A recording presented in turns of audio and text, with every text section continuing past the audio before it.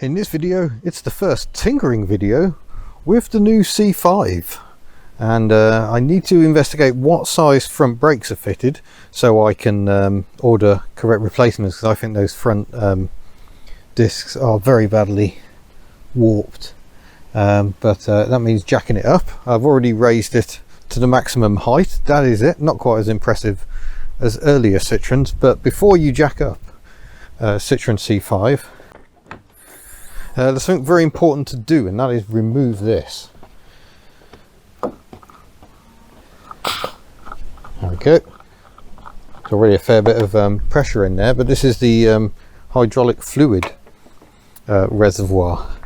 And the problem is, when you drop the car after the wheels have been dangled, the fluid can come back here with such force that it explodes out. But there's quite a lot of debris there, so I'm just going to leave the cap sitting there just to cover it. But you see Citroen Hydractive, but it isn't really Hydractive suspension on this one. I've been doing more research since the first drive. The Hydractive free system fitted to this is an all electronic version of the earlier hydro pneumatic suspension, so it's similar to a BX really, or lower spec Xantias. Higher spec Xantias and the XM that I'm used to previously had a third sphere on each axle, and that allowed the suspension to be soft, or it locked it out when you were cornering and firmed up the suspension. In theory you could put it in a sport mode. Sport mode made no difference whatsoever as far as I could ever tell. And to be honest, this corner is so similar in style to the XM that I'm starting to think that actually it's a result of just really good chassis dynamics and nothing to do with the hydro pneumatic suspension. It can change height, it's quite active, and it can do lots of clever electronic stuff, but it can't adjust the damper and spring settings of the spheres, unlike the Hydractive 3 Plus fitted to the higher spec C5s. So there we go, that's a bit of boring background there. We will go to the boot because there's a few things I need to discuss here as well. In theory it should have a pop open rear screen, but unfortunately it appears to be broken, and that isn't very attached either. Incidentally, the style of that, you'll see that's uneven, and that unevenness leads to an uneven wipe pattern.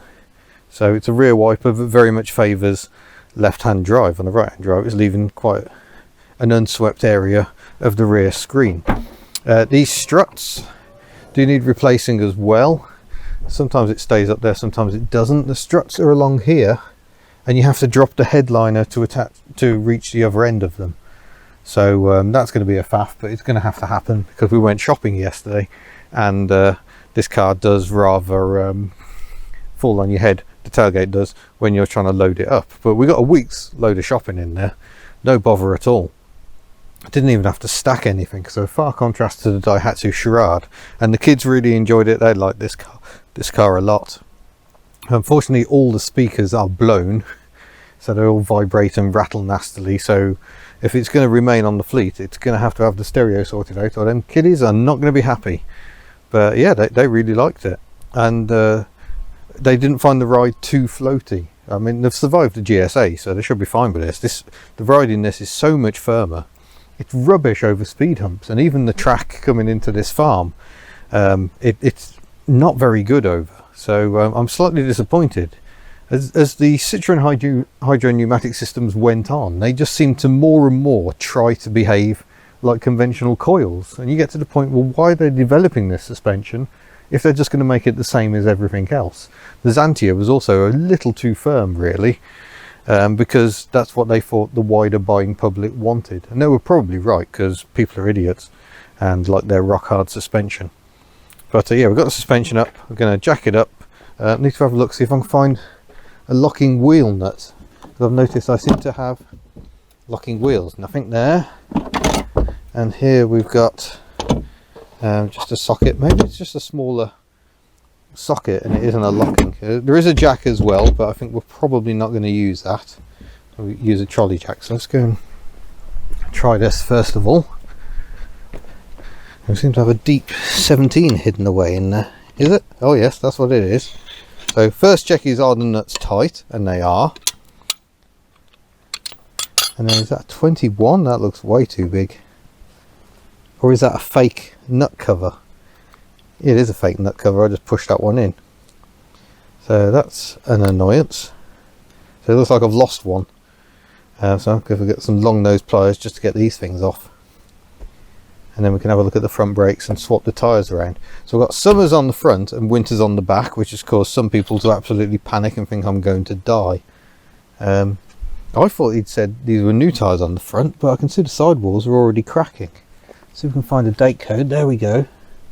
They're not ancient, 15, so they're a 2015 tyre, 34th week thereof.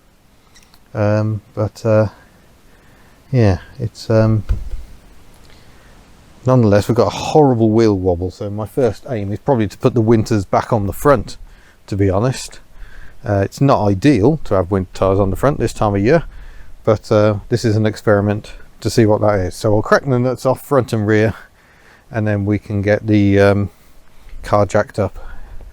Well, the discs don't look too bad, they look rusty, but I've just been rotating them to see whether I can see the gap between pad and disc changing, and it seems to be staying pretty consistent. Maybe it's not that's at fault. There is a bit of a play possibly in the steering rack, but yeah, I'm not sure anything explains the noises I'm getting. I'm here mostly to measure this up so I can get new discs and pads. The pads are getting on a bit. They're not desperately low, but they're not brilliant, and the discs are certainly rusty, and they can apparently swell up when the cars are left sitting. So I'm going to measure everything up, and then we'll get the rear wheel off, swap it to the front, and then we'll go for a drive and do the same the other side, obviously. That's not exactly factory fit, is it? They're a terrible fit. I think I want to get these out. I don't know if the disc is, don't feel like the disc is moving. They're definitely not the right bolts. Maybe I'll aim to get the proper bolts at some point. Oh, the car is settling rather unnervingly. Probably because I was just pulling on the suspension, it's confusing it. Yep, now it's trying to adjust. That's slightly unnerving, but it will keep doing that even with the engine off. But yeah, these are definitely not the right bolts. Whether that's causing my judder, I don't know. Oh, that was a bit of a game. Trying to get it to go to the right height. Let's see if it'll come back down again now.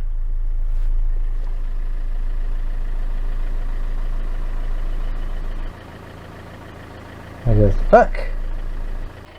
Oh yeah, that's quite sporty. Look at my lowrider stance, yo. Almost took out my chock. That's quite funky. And we just press this once, I think, and we should get back to normal height.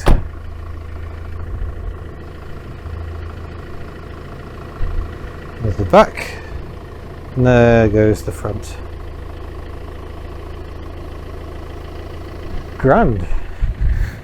It'll constantly work out what's the best height. It'll drop at speed, it'll go up if it detects you driving down a bumpy road. It's quite funky. I've put the cap back on. We are missing the undercover under bonnet engine cover. I don't really care about that. We can see the oil filter looks fairly new. The power steering pump seems a little, oh, it's the hydraulic, no, it can't be the hydraulic pump. That must be the power steering pump. It's conventional power steering in these. Yeah, there we go, some interesting things discovered. I need to torque up the nuts, and then we'll go for a drive and see if we've still got the wheel wobble. Interestingly, I can't see any weights on any of the wheels, and it may be because they're this pain in the backside Citroen design, where you haven't got much of a bore here, so it won't fit on people's machines. I don't know, but anyway, we'll go for a drive, see what happens. We're at 70, and yeah, there's still a hint of wheel wobble going on.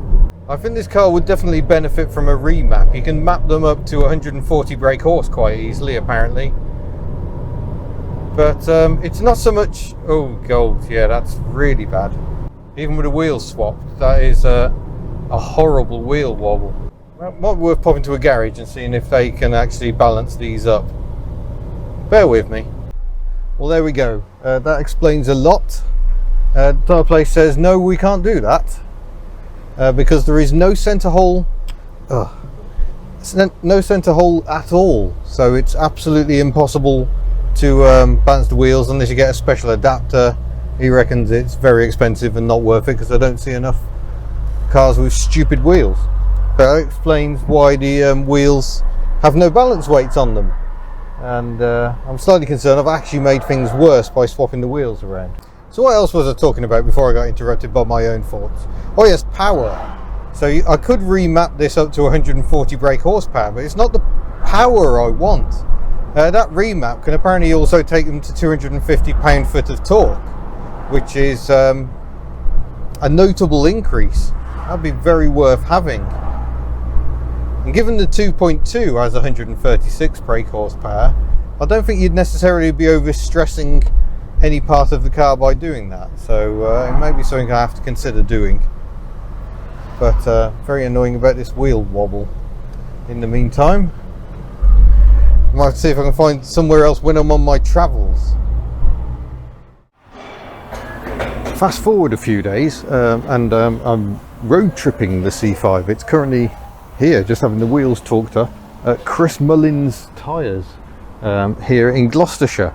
I put an appeal out on Twitter because the tyre shake is so bad, or the wheel shake, the wobble, so bad at motorway speeds that it's utterly destroying what would otherwise be a very serene experience. So I asked on Twitter, can anyone recommend anywhere? 2 people said Chris Mullin's Tyres, so we'll see how they got on. Very difficult to balance those tyres because they've got the no centre hole, so the lads are probably cursing me already. But we'll see what the damage is cost-wise, and then drive back to Wales and see if it's made any difference. So a bit of an extended video here on the C5 as it settles into its first week. But like I say, I'm about 400, maybe 500 miles into ownership of the C5 in just 5 days. So it's doing quite well. And there's more road tripping to come this month. So yeah, I'm looking forward to seeing if that shimmy is gone. Homeward bound we are then. Another 150 miles and I'll be back home, and then I'm back out on the road again tomorrow. It doesn't really make any sense going home, but nonetheless I'm going home. But yeah, how's this trip been going so far? 423 miles since I first filled this car at Oswestry. So yeah, getting on for 500 miles of motoring so far, and yeah, it's been going really well, to be honest. I like this car a lot, but it is underpowered. I still feel it is sluggish, and I think primarily it's because of the gearing. I was looking at the weight. It's only 50 kilograms heavier than a Xantia with the same engine, so it's not actually that heavy. It's not got that curse of modern motoring where they just make them hugely heavy compared to their predecessors. I was quite surprised by that. The Xantia is a fair bit heavier than a BX. That was where the jump was. Just accelerating up to speed on the M5 motorway, and the news is good. The judder has gone. They've also swapped. Oh, do that back up. They've also swapped the tyres back around again. I swapped the tyres around earlier in this video to put the winter tyres on the front and the summer tyres on the back, and that was just to see whether it made a difference. It kind of changed when the vibration was happening, so it proved that all the wheels were out of whack.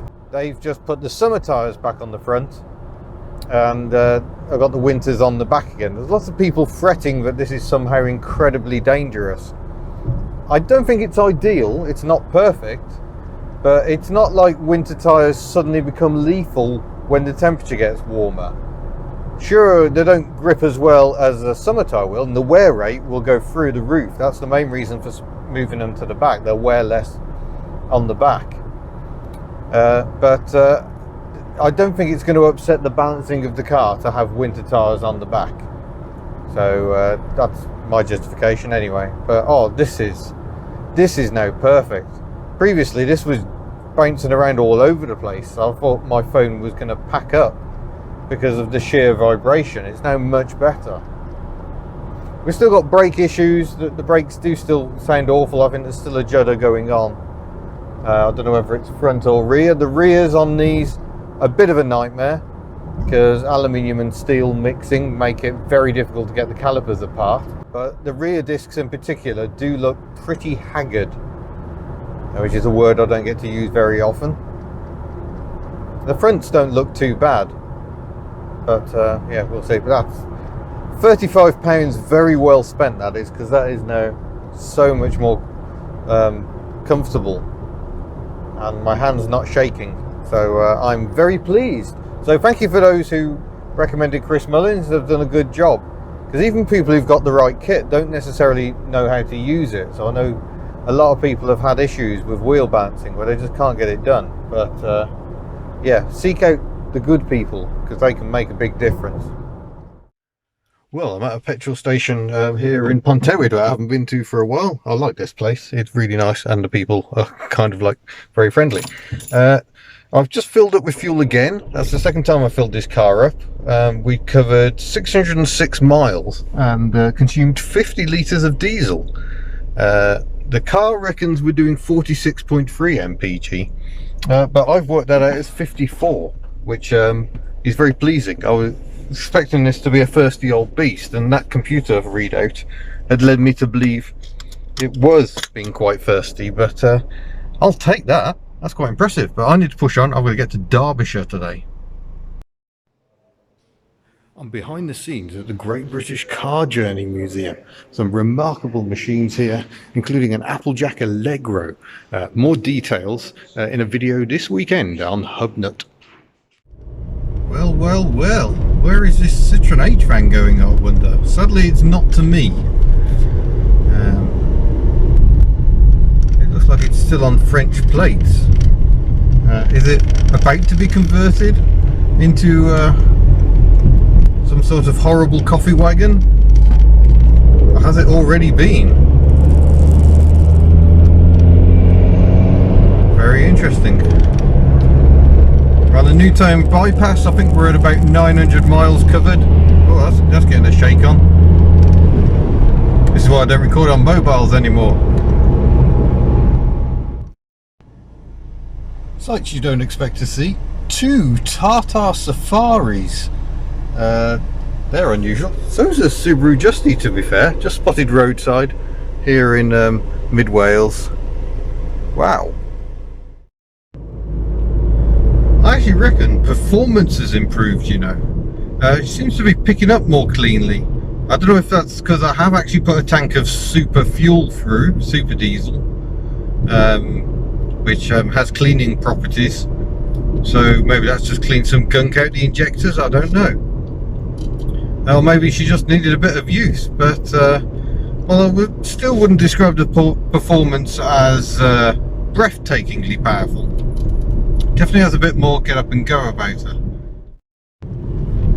Oh, and she has a name. The children are not naming this one, I'm naming her. I'm naming her Cecily C5, C5 in French. And Cecily just seems to suit her. So there we go, Cecily C5. Oof.